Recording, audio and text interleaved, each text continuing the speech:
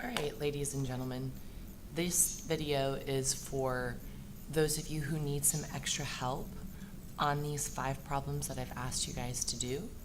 I hope that you're able to listen to maybe 1 or 2 of them and then try the others on your own.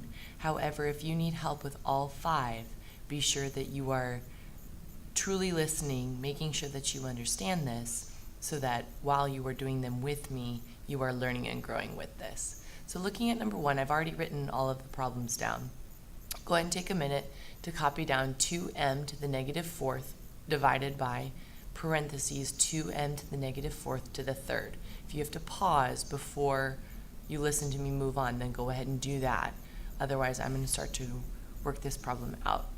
This combines both power of a power as well as quotient of powers. I'm going to simplify the denominator by distributing the 3 to both the 2 and to the m. Those are 2 separate terms.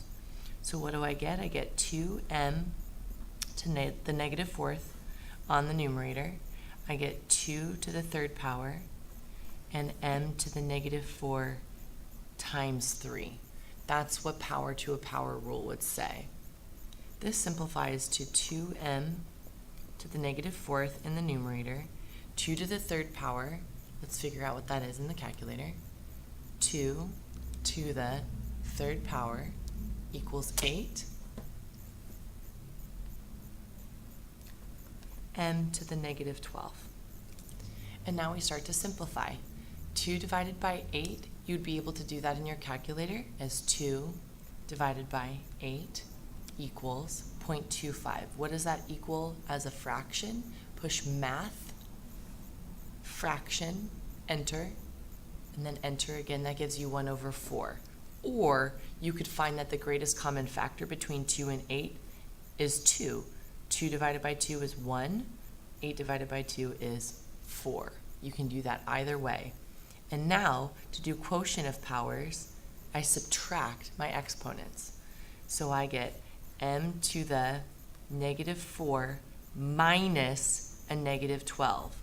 Now, 2 ways that you can do this. Number 1, in your calculator, negative 4 minus a negative 12 equals 8. Or you can know that negative 4 minus a negative 12, the double negative becomes a positive. Negative 4 plus 12 is 8. So this simplifies to m to the 8. Therefore, my final answer is we do not have to write the 1, m to the 8 over 4. Make sure that you remember that that 4 was in the numerator.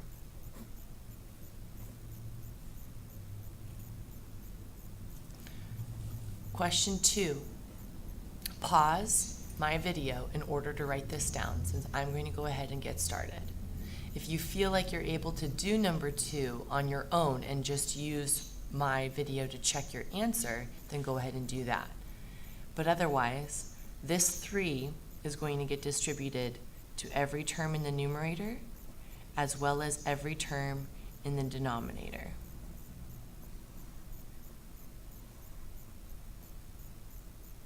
So let's start to simplify. This becomes 4 to the 3rd power, x to the 5 times 3. Since this is power to a power, we're multiplying the exponents before we're doing quotient of powers, and y to the 3rd power. Since this is just a 1, y to the 1, this is 3 times 1. In the denominator, I distribute my 3 to the 16, 16 to the 3rd power, x to the, again, this is just x to the 1st power, therefore this is 1 times 3, and this becomes y to the 4 times 3. Let's start to simplify.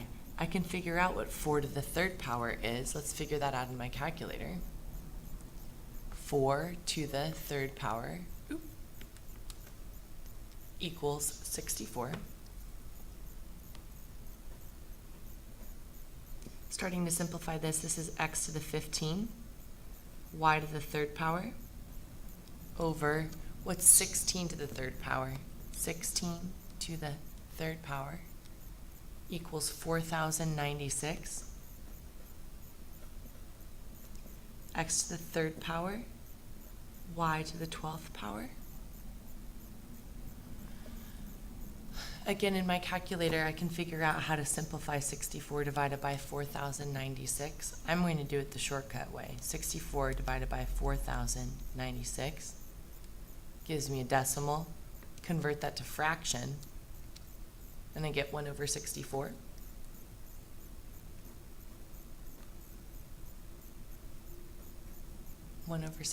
Make sure that you remember that the 64 is in the denominator.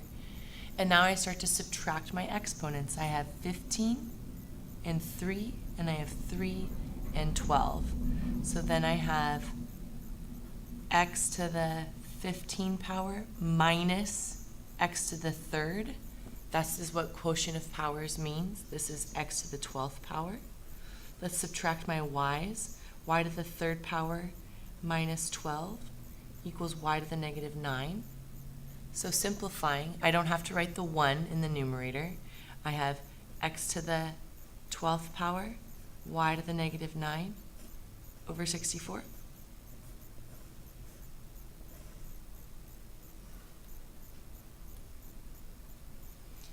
See if you could do question 3 on your own.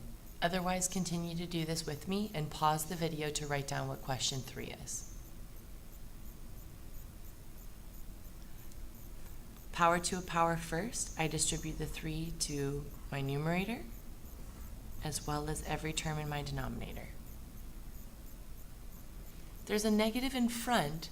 I'm going to keep the negative with the numerator. That's just a choice that I'm making. So I'm going to have negative 3 in parentheses to the third power, x to the 8th power times 3. That's what my power to a power rule would say, divided by 2 to the third power times x to the 10th power times 3. Make sure that you include the negative 3 in parentheses before you cube it. Negative 3 to the third power is negative 27.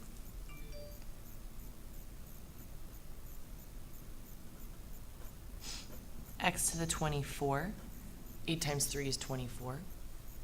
Divided by 2 cubed is 8, x to the 30th.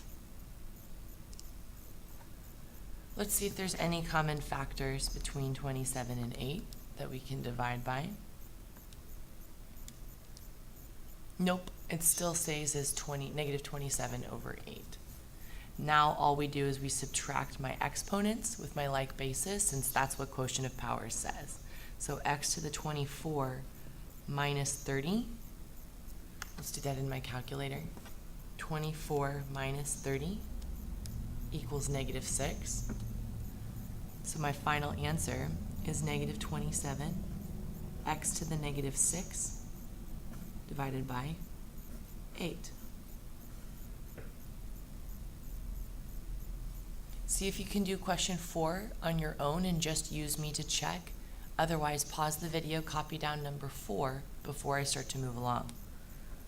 I'm going to distribute my squared to every term in both my numerator and my denominator. And this becomes g squared, r squared, over 8 squared, g to the 5 times 2, r to the 6 times 2. So what does this equal? G squared, r squared in the numerator. What is 8 squared? 64. G to the 10, r to the 12. All I'm going to do now is subtract my exponents with my like bases. There's nothing to reduce or simplify with my coefficients. So my final answer becomes g to the 2 minus 10. 2 minus 10 is negative 8. G to the negative 8. 2 minus 12, r to the negative 10. So this becomes g to the negative 8, r to the negative 10 over 64.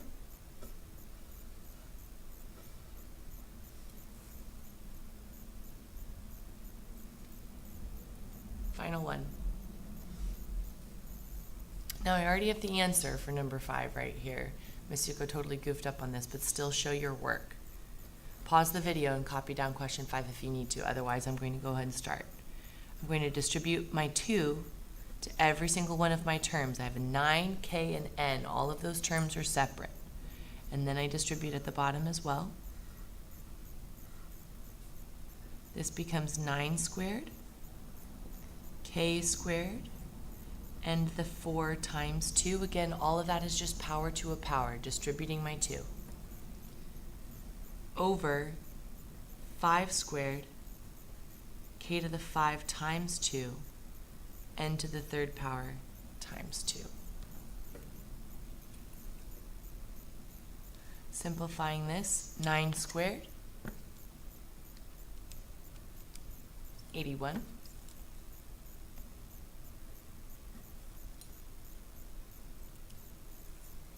K squared, n to the 8th, 4 times 2 is 8, 5 squared, 25,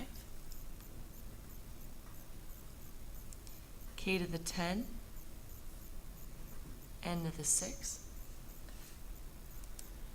81 and 25 have no common factors. You can double check that in your calculator by doing 81 divided by 25.